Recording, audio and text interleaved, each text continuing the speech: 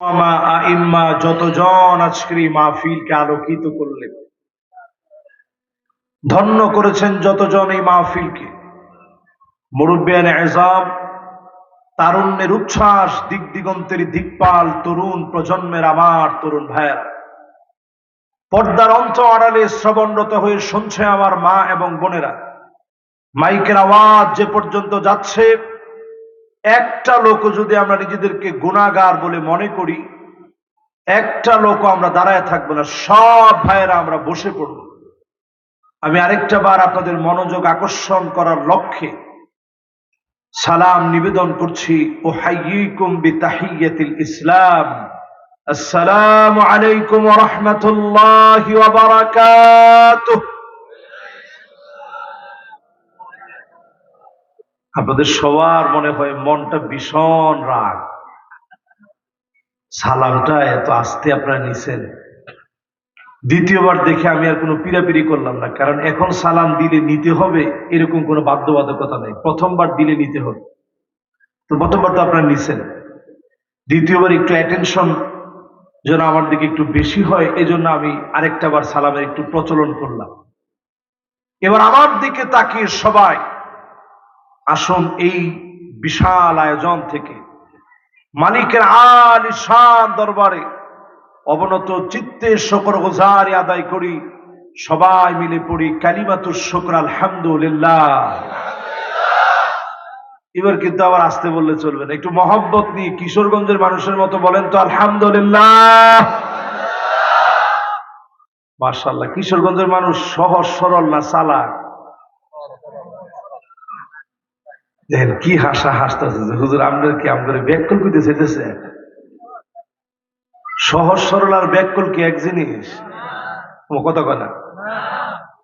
গিররুন কারীম, সম্ভ্রান্ত সহজ সরল যারা হবে এমন মানুষদেরকে দিয়ে আল্লাহর জান্নাত যিনি ভরপুর করে দিবেন তিনি কে?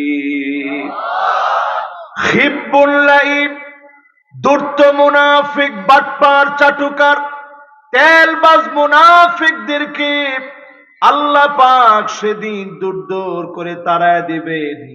অতি চালাক হবেন না, চালাকদেরকে সেদিন যিনি জায়গা দিবেন না তিনি কে? এবার জিজ্ঞাসা করি, আপনারা সহজ সরল না চালাক? মাশাআল্লাহ, এখনো কয়জনে কয় না, কারণ না হুজুর সহজ সরল এটা কই দিতাম না। আমরা তো লাস্ট টাইম করে ব্যাককল বানানোর কাজে করতেছে না ভাই। ব্যাককল আর সহজ সরল এক জিনিস না। সহজ সরল ওই মানুষকে বলে জেনে শুনে বুঝে আপনি সবর করলেন, ক্ষমতা পাওয়ার পরেও আপনি মানুষের উপরে জুলুম করেন নাই, পারলে আপনি ওই মানুষের ক্ষতি করতে পারতেন, করেন নাই। এমন সহজ সরলদেরকে দেখি যিনি জান্নাতি বানায় দিবেন তিনি কে? আমার হাতে আজকে একটু সময় কম, কি সময় কি আছে আপনাদের? আপনাদের থাকলো, আমার তো নাই। যেহেতু আমাদের সামনে কোন নামাজ?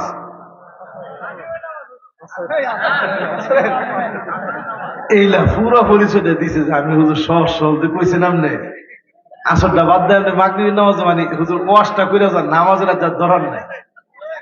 চলবো? এরপরে চলবো বলে এইরকম বক্তার এরকম শ্রোতারে আল্লাহ কিয়ামতের দিন যে বিষয় দিচ্ছেন আপনারা, পরকালের আযাব, পরিত্রাণের উপায় আছে।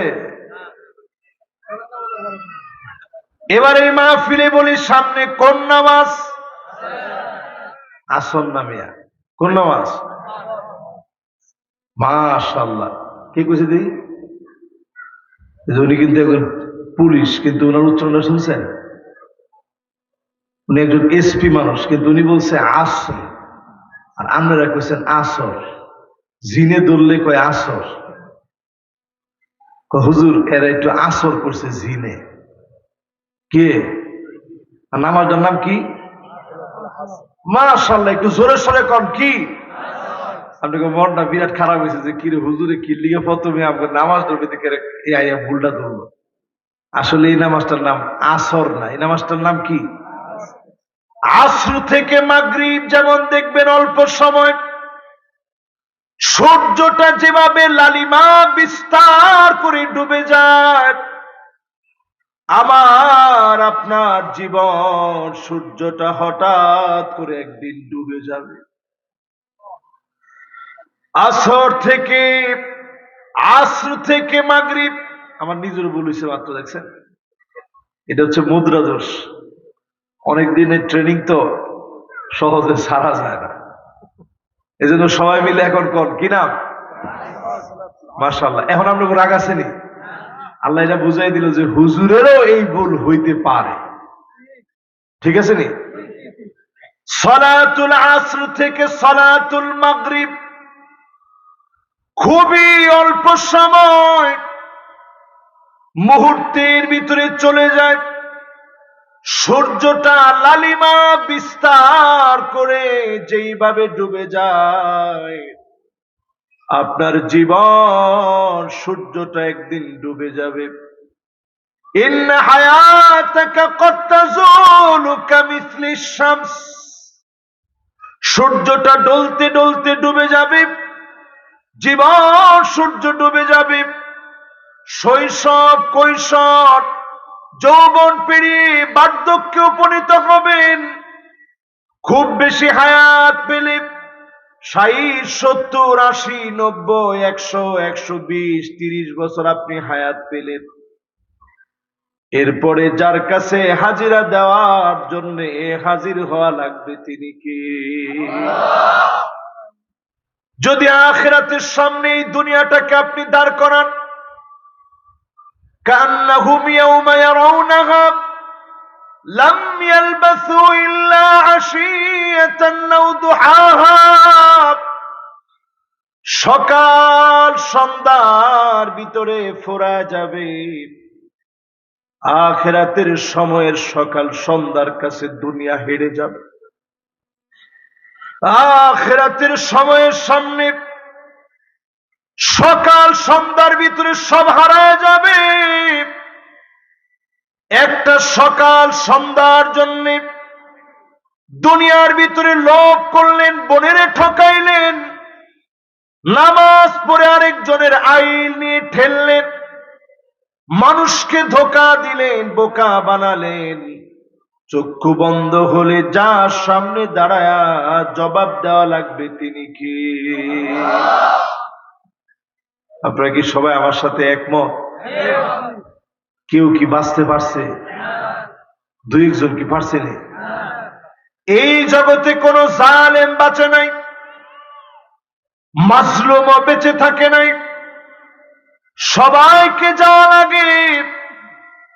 তার মানে আখিরাতের আযাবটা মহা সত্য। এই আযাব নবীজি মাঝে মাঝে চোখ দিয়ে দেখেছেন। আল্লাহ নবীকে কবরের দৃশ্যগুলো আল্লাহ দেখাইছেন। পরিষ্কার হাদিসের ভিতরে আসছে, একদিন যদি আপনি এই দৃশ্য দেখতেন, আল্লাহ নবী কবরের ভিতরের যে দৃশ্য দেখেছেন, আল্লাহ তাদাফানু, দাফন কাফন সব আপনি ভুলে যেতেন। দুনিয়াদারি কোনো কিছু মনে থাকতো না, সব আপনি ভুলে যেতেন। আখিরাতের এমন অধ্যায়ে পড়তে পড়তে যিনি জবাব নিবেন তিনি কে? কবরের ভিতরে যখন শোয়া দেওয়া হবে, লোকটা সেদিন পায়ের আওয়াজগুলো শুনবে, মনটা দিলটা দিয়ে মাহফিলে বসে কথাগুলা শোনেন। কবরের ভিতরে যখন শোয়া দিবে, আমার করিমগঞ্জের ভাইয়েরা, আপনি কবরের ভিতরে শুয়ে যাবেন, আপনি শুনবেন আপনার ছেলেটা হেঁটে হেঁটে চলে যাচ্ছে, তার পায়ের আওয়াজ আল্লাহ আপনাকে শোনা। হাত্তা ইয়াসমা সিমাআন আলাইহি,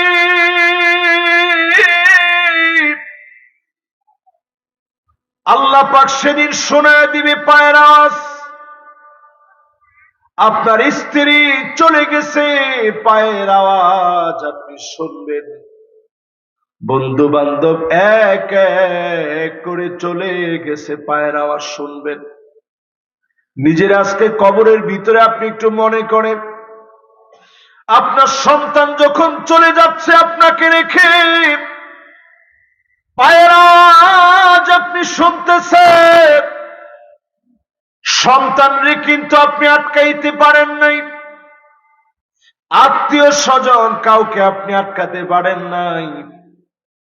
এখন দিনের বেলা চলতেছে, কিন্তু কবরের ভিতরে এখনো গুটগুটে অন্ধকার, ঠিক কিনা বলে? কবরের ভিতরে কিন্তু গুটগুটে অন্ধকার। লোকটা দেখবে অন্ধকারের ভিতরে ফেরেশতা হাজির। খুবই সহজ তিনটা প্রশ্ন হবে, যেই প্রশ্ন সবাই জানে। প্রশ্নের উত্তর আল্লাহ পাক ফাঁস করে দিলেন, প্রশ্ন ফাঁস করে দিলেন। সবার জবাব দিয়ে সেদিন উত্তর আসবে না। যেই লোকটা জবাব দিতে পারবে না, ফায়াদরিবুহু দরবাতাম বিল হাদীদ,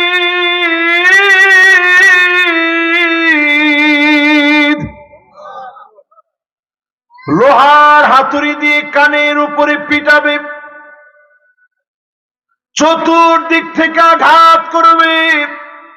ফায়াসিহু সাইহাতান, ব্যক্তি এত জোরে চিৎকার মারবে, পাশে গরু বাঁধা থাকলে ছিঁড়ে চলে যাবে, ছাগল বাঁধা থাকলে ছিঁড়ে চলে যাবে।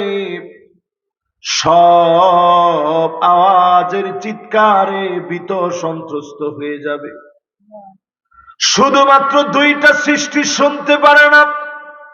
করিমগঞ্জের ভাইয়েরা আওয়াজ করে বলেন, কয়টা সৃষ্টি? একটা হলো ইল্লা সাকালাইন, আমার মতো মানুষ আর জিন, এই দুইটা সৃষ্টি শুনে না। এই জন্য দুইটা সৃষ্টি সবচেয়ে বেশি অবাধ্যাচরণ করে, আল্লাহর নাফরমানি করে, আল্লাহর খেয়ে আল্লাহর পরে আল্লাহকে ভুলে যায়। যেই আয়াতে কারিমা আজকে তেলাওয়াত করলাম, সেদিন আল্লাহ পাক বলবেন, ফালইয়াউমা নানসাহুম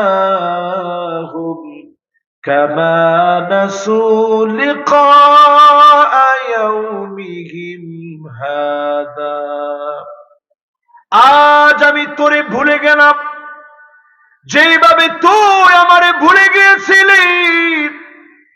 আজকের ফজর আর জোহরের কথা বলি, মনে করেন এই মুহূর্তে আপনি মারা যাবেন, এখন মালাকুল মউত আসবে। আজকেও আপনি আল্লাহরে মনে রাখেন নাই, ফজরের নামাজ পড়েন নাই, জোহর পড়েন নাই, নিয়ত করে ফেলছেন যত আজি হোক আসরের নামাজ আমি পড়ব না, এমন লোক আছে না নাই? আবার কাজ এরকম ঠাডা ফোড়া লোক আছে না? মাশাআল্লাহ, যে ছোট মানুষ কইছে দিই কেডা তুমি? মাশাআল্লাহ, এবার সবাই একটু মনোযোগটা দেন তো দেখি, আসলে আসরের নামাজ পড়বেন না পড়তেন না? কর এখন যদি আপনার মৌত হয়, এখন আল্লাহ আপনাকে বলবে, ফালইয়াউমা নানসাহুম কামা নাসু লিকা ইয়াউমিহিম হাদা, এই দিনটারে তুই অস্বীকার করেছিলি, যদি আমারে মনে রাখতি নামাজের ভিতরে, আজ আমার সঙ্গে দেখা হলে তোর সঙ্গে আমি সুন্দর আচরণ করতাম। আজকে আমি তোরে ভুলে গেলাম। সেদিন যদি আল্লাহ ভুলে যান, মনে রাখার মতো কোন ব্যক্তি, কোন মালিক কি সেদিন থাকবে? আরে আসতে কর, আর একটু জোরে বলেন। যতজন এখন আমার সামনে বসে এই মাহফিলে দিলের ভিতরে কথাগুলো নিয়ে চিন্তা করেন, আল্লাহ নবী আল্লাহর কাছে কত বেশি শুকর গুজারি আদায় করতেন। এই উম্মতের জন্য পেরেশান থাকতেন। জীবনে কোনদিন নবীজি আমাকে আপনাকে দেখে নাই, কিন্তু আদর করে এত মায়া করে ফেলেছে। নবীজি বলেন, ওয়াদিত্তু লাউ রাআইনা ইখওয়ানানা, আমার ভাইগুলাকে যদি এক নজর পেতাম, এক নজর যদি দেখতে পেতাম, জোরে কর আল্লাহু আকবার। মাশাআল্লাহ, সুন্দর করে আল্লাহু আকবার কইছেন আপনারা। এক নজর যদি আমার ভাইগুলারে দেখতে পেতাম, নবীজি আদর করে আমগরে কি কয়, ভাই ভাই, এটা সহিহ হাদিস। এরপরে আল্লাহ নবীর সাহাবীরা বলে, নবী আমরা কি আপনার ভাই না? আমরা কি আপনার ভাই না? জীবন দিতে পারি আপনার জন্য, হিজরত করছি, সব করছি, আমরা কি আপনার ভাই নই? আল্লাহর নবী বলেন, না না, তোমরা আমার ভাই না, বাল আনতুম আসহাবি, তোমরা তো কেবল মাত্র আমার সাহাবী। ভাই তো হবে তারা যারা অনেক পরে আসবে। মান আমানা বি ওয়া লাম ইয়ারানি, জীবনে কোনদিন যারা আমারে দেখে নাই, না দেখে যারা ঈমান এনেছে, তারা হবে আমি নবীর ভাই। জোরে চিৎকার দিয়ে বলেন তো আল্লাহু আকবার। নবীর ভাইদের জন্য নবীর কিরকম মায়া একটু চিন্তা করে। জান্নাতের ভিতরে ঢুকে নবীজি বলবে, আল্লাহ, অন্য কোন নবীর উম্মত যেন আগে জান্নাতে যেতে না পারে, হাত্তা তাদখুলা উম্মতি, আগে যেন আমার উম্মত গুলা জান্নাতে আসে। বলেন আল্লাহু আকবার। কিরকম মায়া নবী। শুধু তাই না, আল্লাহর নবী বলেন, সেদিন নবী তাকায় তাকায় দেখবে কোথায় সে হারিয়ে যাওয়া উম্মত। গুররান মুহাজ্জালিনা মিনাল ওযু, ওযুর পানিগুলা ঝকঝক করবে। নামাজীদের চেহারার ভিতরে ওযুর পানি ঝকঝক করে উঠবে।